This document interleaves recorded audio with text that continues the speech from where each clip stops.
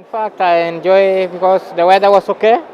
I did not expect me to reach final. This was my first time to reach final because 2-6 I never reached final in Melbourne. That was my proud because I reached final. I was expecting a medal, but 800 is a tactical race, so I didn't get a medal. I was position 5, so that cannot affect me much. I'm looking the way forward of World Championship.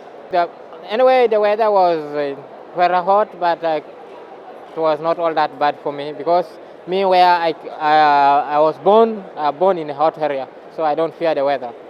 I was enjoying it. Yeah. Anything else you like about India? Yeah, I like because people from here are very cooperative. I like them because anywhere you go, you find they are very okay.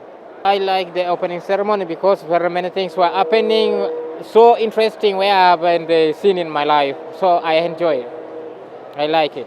Yeah, I'm happy because when I go today for the closing ceremony, I need to interact with my friends, and when I go back, I should take their number and email so that we communicate. That will be the best. Thank you.